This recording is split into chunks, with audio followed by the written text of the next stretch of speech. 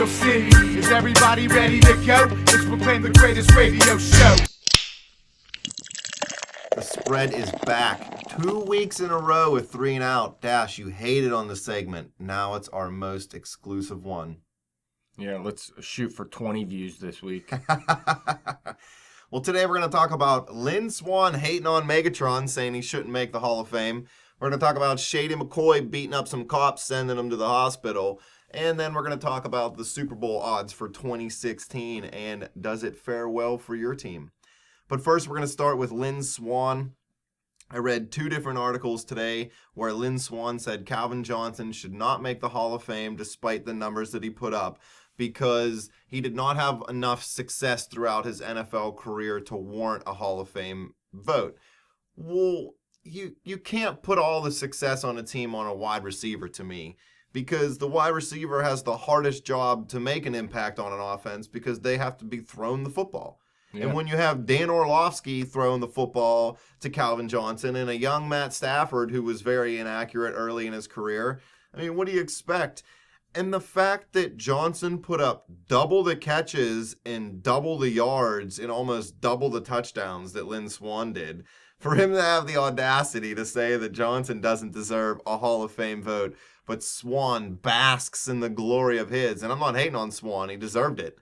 But I just don't see where he gets off saying that Johnson doesn't. Swann retired at 30, and if Megatron does this year like he says he's going to, he's 30. Yeah, that's the biggest thing to me is I just figured Swann was a little older when he retired, and we think Megatron he's retiring too soon, sort of like Barry Sanders did with the Detroit Lions. Right. But if Swann was 30, Megatron was 30, you see the stats. I mean, the stats are double. Don't get me wrong. I mean, back in the day, the passing wasn't like it is today, obviously. Right. So if Swann played today, I mean, he might be able to put up similar stats to what Calvin Johnson did. But if I was to take one, I'd probably take, if they were in their prime, if each player was in their prime, I'd go with Calvin Johnson. Almost every time, man, seriously. And I know Swann's performance in Super Bowl 10, I think it was, where he was the MVP. That is another big reason why he got the Hall of Fame nod. I'm not saying Johnson's a first ballot Hall of Famer. I don't even think Marvin Harrison made it in his first ballot. But to me, Johnson's a Hall of Famer. I don't even believe he's going to stay retired. I think he's going to retire maybe for a year or get healthy because he's had some leg, knee, ankle did he even issues. Definitely retire? No, he hasn't 100% I bet you he doesn't even retired. retire. He's just going to play. He's leaning heavily towards it. As a receiver at 30 years old, I know you said something, Carson Palmer retired for a year or something. I don't remember that, but that's a little bit different for a quarterback. For a receiver, I mean, you really have to stay in shape to be able to take a year off, come back, and play at the same level you were able to play before. T.O. could do it. Could T.O. do it? I mean, he couldn't come back and play this year, but if he was 30 years old, took a year off, he'd have been able to play one more year. And I hate that guy, so well, T.O. I'm not hyping him up. He was a freak. Specimen. Yeah, he was a freak. I mean, if the nagging injuries are what's really dragging Megatron down, I don't see it being a huge issue. Will he come back and be a number one guy if he takes a year off? I don't think so. But he could still be the best number 2 guy or even a mid-range number 1 guy. I don't think he wants to be that, though. No. He wants to be the guy. Oh, probably. His body's taking a beating, man. He did everything for the Lions for a while. And you know what? If he's I know you say he's not healthy or whatever, but if his mind's right and he feels healthy, just retire. I mean, you're rich. Who gives it? It's not like Detroit's going to go on to win a Super Bowl anytime soon. Megatron's made over $100 million in his career. So. Yeah. Well, that doesn't mean he has $100 million, obviously. Not left. No, but he's made $100 million. Right. He would owe, I don't remember. I mean, he's also had some sponsors and whatnot. Right. I've seen him on some commercials dressed up like a PIMP. You don't really hear about him getting in trouble or anything, so you would think that unless he made some bad business deals, he probably didn't blow all of his money. He wasn't one of those guys. I'm sure he has some money left, but he has a long life to live as well. Believe that, 30 years old. He's still got like 10 more years to go. CTE's a bitch. Well, let's move on to our next topic. LeSean McCoy. He is a Pittsburgh native. He went to Pitt. He grew up, I think, in the middle of the state of Pennsylvania, not necessarily near Pittsburgh. I think he might actually grew up closer to Philly. But he played for the Eagles for a while, traded to Buffalo in the offseason, had a pretty decent year for them. him and some of his friends just beat the living crap out of a couple cops in a bar brawl. Supposedly. Oh, yeah, supposedly. Sorry. Innocent until proven guilty. But McCoy is seen on video throwing at least one punch. So he will at least get assault charges against him. Self-defense, man. But Self-defense. Listen, two cops went to the hospital. Both had fractured ribs. One has a fractured orbital bone. I mean, whoever was hitting these cops was hitting them pretty hard. And now McCoy, I mean, you would think he probably had an entourage with him, a couple guys. Well, so maybe his buddies are really the ones that started. And I'm not saying he didn't. He could have been being harassed by these cops. Yeah, I mean, whatever. But even if the cops are in terrible damage, if they started something, you can put them in terrible damage. You know what I mean? yeah. So you still got to figure out what happened to start the issue, but it's not looking good for him because I think he's been in some trouble before, right? Yeah, apparently this isn't his first bar brawl. He likes to fight at bars, man. That's why I stay away from bars, because I end up fighting at bars too, man. You love the bar. I hate it. Would you release him? I've seen some reports saying that he could be released, but those are very preliminary as of right now.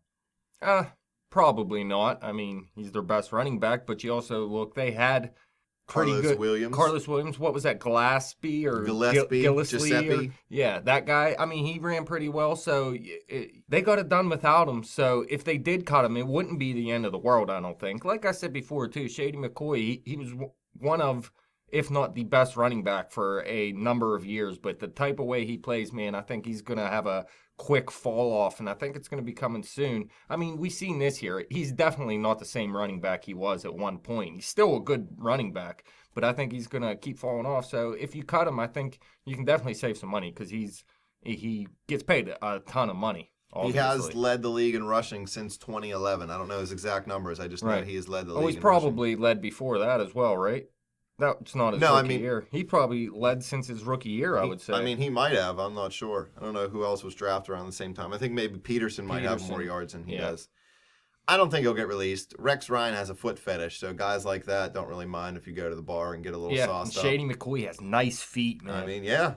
You got to be a running back, right? Yeah. If you don't have nice feet, you're out. What was it? Lieutenant Dan said, take care of your feet. It's good advice, Lieutenant Dan. You might not have had any feet after the war, but, I mean, he knew to take care of them if he had them. Lieutenant Rex. Magic legs. All right, enough about Shady McCoy. I'm done with that, dude. This is going to be a quick 3-and-out segment this week. I got stuff to do. What about the Super Bowl odds that have been released for next year already? I know it's way too early to really care. New England, Pittsburgh, Seattle, all 8-1. Carolina, Arizona, Green Bay 10-1, Denver 14-1. Out of those 7, who has the best odds in your mind? Well, New England and Seattle, I would say. I can't believe Pittsburgh is tied for the top spot. I mean, hype. I get it. It's all They're about good. the hype. Pittsburgh's a good team. Don't get me wrong, but what the hell is that, man? Why? I don't know, man. If they've won what? If completely one playoff healthy, game in the past 4 years. Yeah, and I mean we're Pittsburgh fans, so we love them, but everybody thinks completely healthy that we're the number 1 team in the league. But guess what? Are you ever completely healthy in the playoffs? Nope.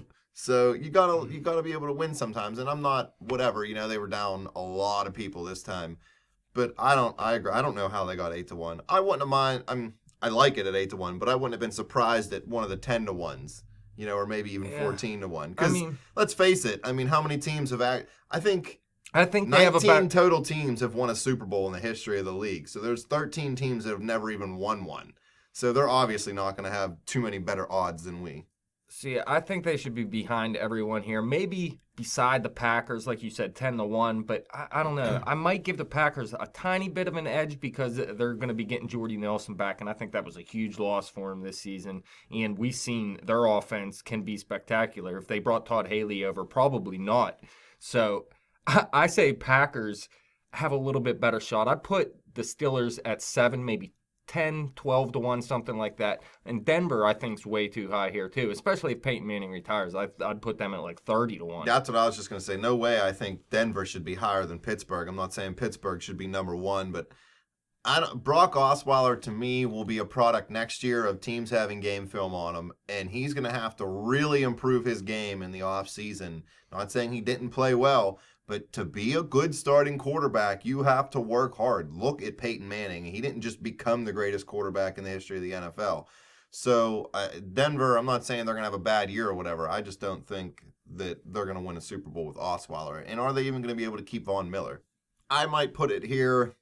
You got to have New England at least in the top 2 because they pretty much just always win the Super Bowl recently. I don't know if I like Seattle at number 2. I know they struggled a little bit early and then came on late. Yeah, but this team's a beast, man. They're losing Bruce Irvin. They're probably losing Marshawn Lynch.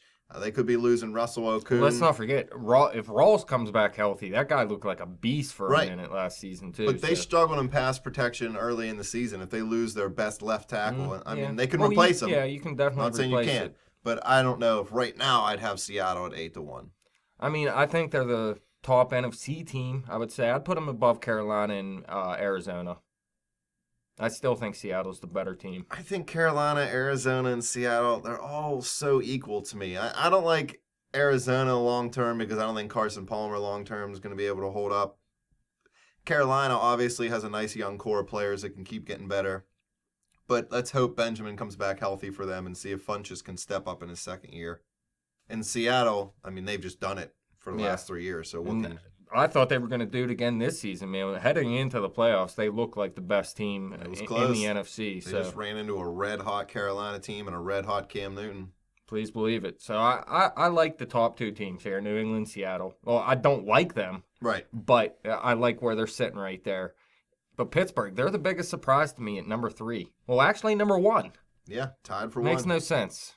Now, as a betting man, would you go out on a limb and put money on the Browns and Coach Hugh Jackson's first year to win at 200-1 odds? Well, who else got some high odds? I wouldn't go Browns. I'd look for something else.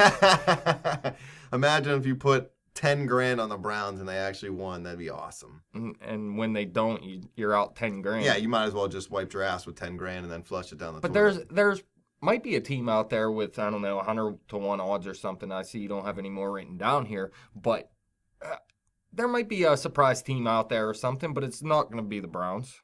How could it be the Browns? I don't think understand. San Fran probably has some. There shouldn't even be odds on it because I don't even think anybody's going to put anything on that. Hey, man, if I was in Vegas right now, I'd put $1 on it.